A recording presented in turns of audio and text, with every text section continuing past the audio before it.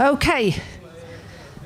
This time we will be speaking English because we have an honored guest from Japan, Yayoi Tsuchida, who has been working against nuclear war and nuclear weapons in Genshuika organization. She will tell something about herself and about the work they do later. First, I will introduce the international campaign to abolish nuclear weapons, because when the last half an hour, those who dared to listen, you heard that anytime any nuclear detonation will, if they will explode, that will be a disaster. And if there will be several of them, a nuclear war, then there is a risk for the whole human society to continue normal life and living and anything. But so now I'm going to introduce and tell you what we are trying to do to avoid this catastrophe, and what have we been doing, and what can we do, and of course inviting everybody to join this campaign to help the humankind to survive of this especially disastrous means of mass destruction. So the organization which I'm talking about is International Campaign to Abolish Nuclear Weapons. We'll have the next. So there are some information about it. It was founded 2007, and actually what is interesting that it was founded in Vienna, and it was there was a lot of discussion, especially in Australia. Australian activists were the most active, but actually one of the first ideas and discussions about ICAN. I love the word. It's ICAN. How we pronounce it. That in Helsinki, in the peace station, there in Pasila, there was a meeting of these international physicians for the prevention of nuclear war. We had a board meeting there, and there was a discussion about a larger organization about against nuclear weapons, because we were a physicians organization, and then one of our then co-presidents, Ron McCoy, got the idea, well, why not call it, how does it sound about international campaign to abolish nuclear weapons? So actually the name of ICAN has been established in the Finnish peace station. But anyway, it began to be a very large organization, and what was very important with it, that it began the kind of discussions among non-nuclear countries, those which don't own nuclear weapons, and NGOs working against nuclear weapons. And they combined their efforts and began to discuss not only of the megatons and the times from launch to when they go, or how fast they go, and how long can one missile go. But we began to discuss about and tell people about the humanitarian impacts of nuclear weapons, about what happened in Hiroshima, about and Nagasaki, and about the climate change and nuclear winter and all this. And somehow the discussion, the atmosphere of the discussion about nuclear weapons, it changed. And then came out the idea that nuclear weapons have to be banned. The same way that we have the United Nations has banned chemical weapons and biological weapons. And also nuclear weapons has to be done the way that we have to ban them. We can't allow such weapons to be. And it's the international society and United Nations that should do it. And then there began to be these negotiations and then Austria was very strong, and several other countries which don't have nuclear weapons, and also NGOs. And then in 2017, in the United Nations, they voted about this treaty to prohibit nuclear weapons, TPNW as we call it, which is very important. And yeah, and have the next one. So this is just a picture of the UN General Assembly deciding that we need that ban.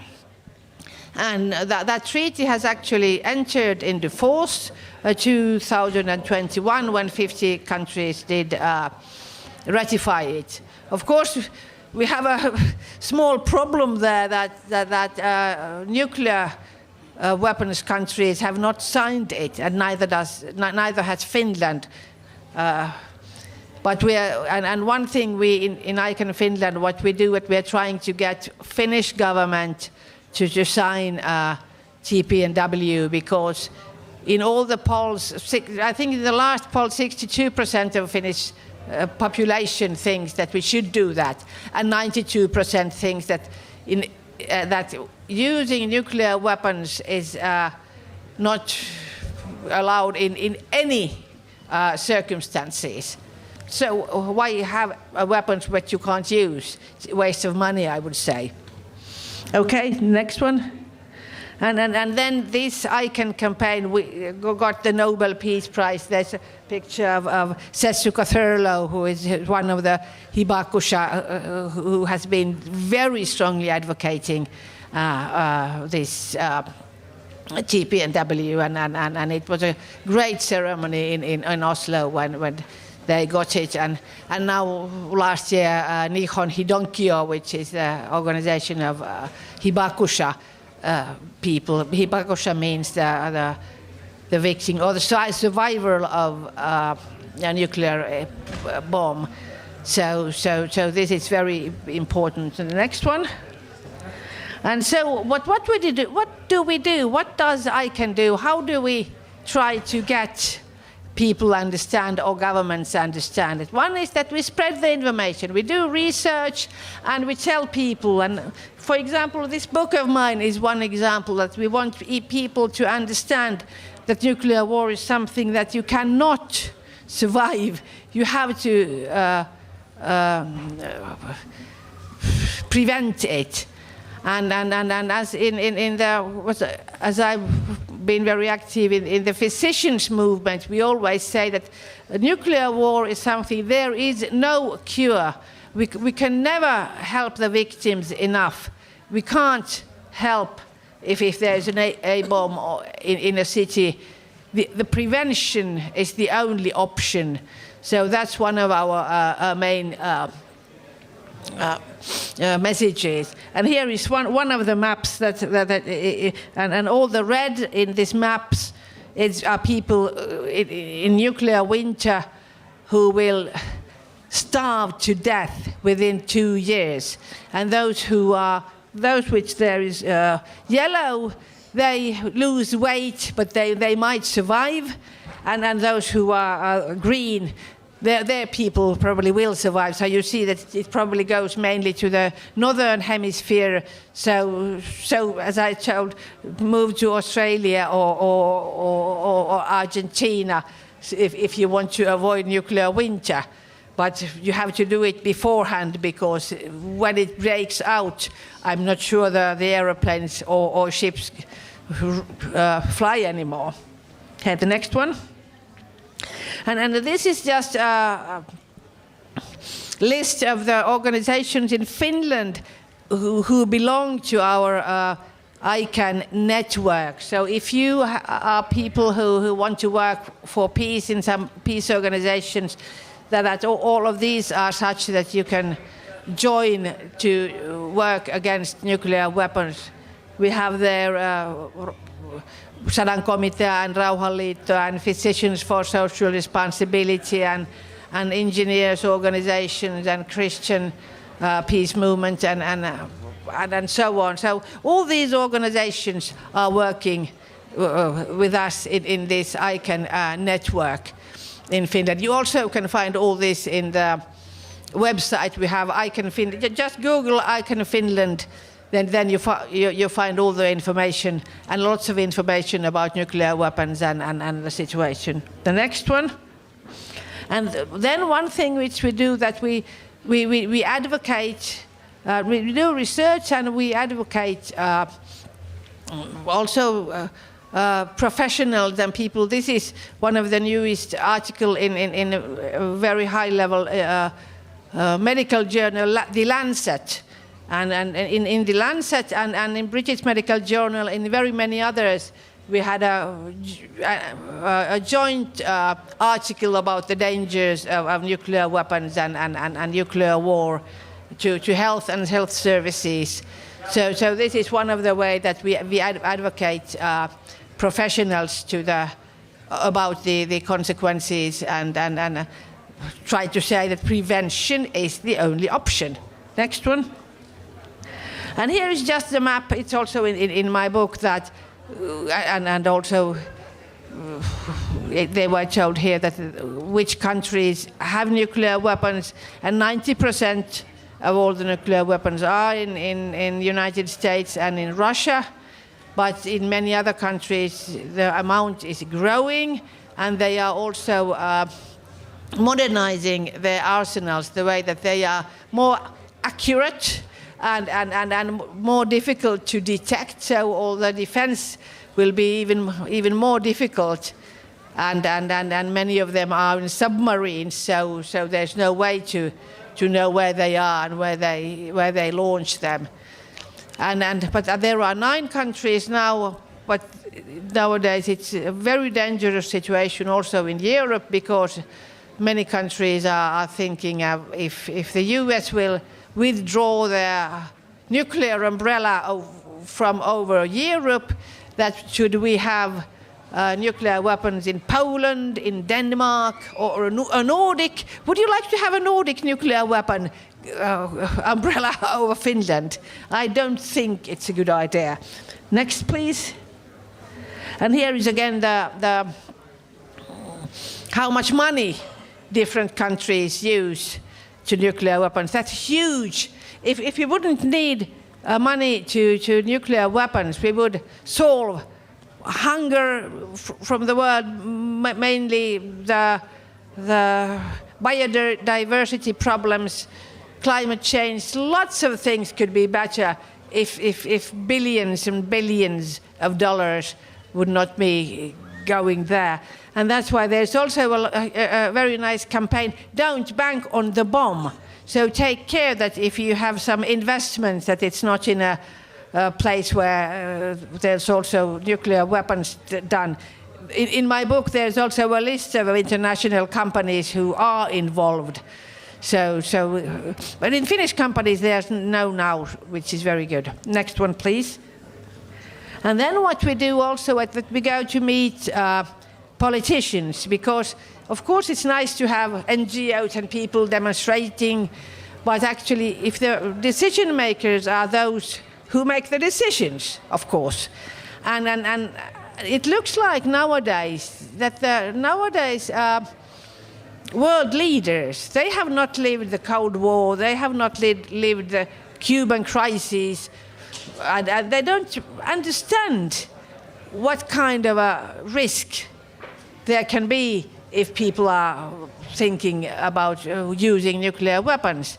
And that's why we are trying to advocate, we call it dialogue with the decision makers. And this picture is nice because it's from more than 10 years ago, it's 2009. But that's from Moscow. There in the middle there is a Russian Vice Foreign Minister Ryabkov, who's still there, a Vice Foreign Minister, whom we met, and we had very good 2 hours discussion, and he told us that he was worried about nuclear weapons. So it's possible that all there are not, as we call, hardliners, and it's important. Both we do same things in the US and in Pakistan and in different countries. But getting also politicians to know what is the risk. It's very important. The next one. But then, of course, we make sometimes very funny events and happenings. Here we go to the Swedish embassy telling the Swedish the Swedish ambassador in Helsinki that be like Pippi Longstockings, be brave, sign the TPNW. And the other one is that we are trying to give a nuclear bomb to our Committee of Foreign Affairs in Finnish Parliament. And I'm telling that we don't. Would you like to have? He actually said he didn't want that to have in the Parliament, so we had to take the bomb with us. But these kind of things is also what you can do, that have happenings and then of course distribute it in the social media. Next. And then of course we can have large demonstrations, because in democracies, but also in other countries, the decision makers, they have to listen also their citizens. One of the pictures is from the Helsinki calling when Trump and Putin met each other 10 years ago in Helsinki, and another one is from New York in the meeting of TPNW, meeting of state parties. So we try to keep in mind with people that nuclear weapons are not very nice, and we are many who oppose them. The next.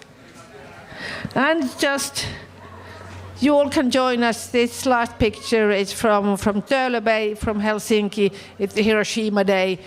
Every year we have done it for decades, that we have these candles in the water as they do in Hiroshima and in Nagasaki. So please join us, and our website tells you how to do it. And then I will give you give the word to Yayoi, who is from Japan and is telling us about what they do in Japan. Japan has not signed the TPNW either, even though they are the only country that really has suffered and really should know how terrible a weapon it is. But it's your time, Yayoi. Thank you very much for inviting us to be here.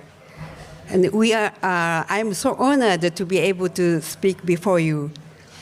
Because of the Russian aggression of Ukraine and unstable situation in Europe, many people in Finland may worry about the security of their country.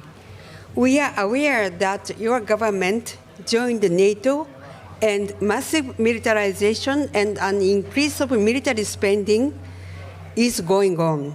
We have concern about that. We came here invited by Finland ICAN, and here is Kunihiko Sakuma, atomic bomb survivor of Hiroshima. He will speak about the experience of the atomic bombing and sufferings that the A-bomb survivors have to go through even now. He will speak at the speaker's stage tomorrow. Please come to listen to his experience of atomic bombing. Nuclear weapons are devil's weapons. Nuclear weapons cannot protect the peace and security of the world. They must be eliminated now. The nuclear weapon states and countries under nuclear umbrella say that they cannot abolish nuclear weapons now because the security environment is very severe. They are wrong. Now that international security environment is deteriorating, the abolition of nuclear weapons is all the more urgent. Military to military and nuclear to nuclear way of doing will not solve the problem. Diplomacy and dialogue is a way for solution. Every country, especially the nuclear powers, should act in accordance with international rules of for peace, including the abolition of nuclear weapons, the prohibition of the use and threat of force, and the peaceful resolution of disputes as stipulated in the UN Charter. Let me speak about Japan. And Japan, we Japanese people are faced with the same danger that you are faced with. And we are ashamed that in spite of being atomic bombed country, the Japanese government has never joined the Treaty on the Prohibition of Nuclear Weapons, TPNW. Prime Minister Ishiba says that Ukraine's tomorrow is East Asia, and he's considering nuclear sharing with the US to establish Asian version of NATO. In subordination to the US nuclear strategy and ignoring the constitution and diplomacy, the Japanese government has been moving forward to make Japan a war-fighting country. This attitude only increases division, confrontation, and tension in East Asia, and raising the risk of war and nuclear war in this region. In order to change such a government policy, we have been carrying on a nuclear-free Japan campaign aimed to help the Japanese government join the TPNW. I believe this is a way to contribute to advance the elimination of nuclear weapons in the world and contribute, it will bring about a shift to Japan's security policy and contribute to the realization of a nuclear-free and peaceful East Asia. The campaign has 3 pillars of actions, including informing the public of the inhumanity of nuclear weapons through the hibakusha's testimonies and A-bomb photo exhibitions, collecting signatures from the public and urging local governments to adopt resolutions calling on the government to join the treaty. The number of signatures collected so far has reached about 2 million, and the municipalities that have adopted such resolutions have exceeded 40% of all local governments in Japan. Now in Japan, people's dissatisfaction with the government is increasing due to inflation, high prices, and hardships in living. The support rate for the Ishiba government has dropped so quickly to 23.1%. In July, just before the 80th anniversary of the atomic bombing, we will have a national election, the House of Councillors election. We are going to strive for making peace, militarization, and nuclear weapons issues point of contention at the election and encouraging the people to choose such a nuclear-free, peaceful politics.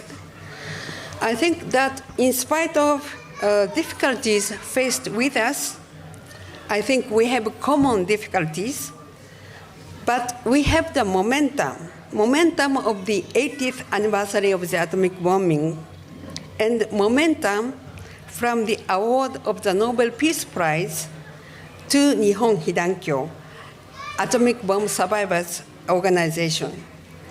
And there is a big stream of the TPNW, and TPNW is said to be a beacon of hope for a peaceful and a nuclear weapon-free world. This momentum gives us huge potential. The wish of the A-bomb survivors is to see the elimination of nuclear weapons while they are alive. Please first listen to the story of the atomic bomb survivors, and please work together with us to achieve a peaceful and end the world without nuclear weapons. Thank you very much for your attention.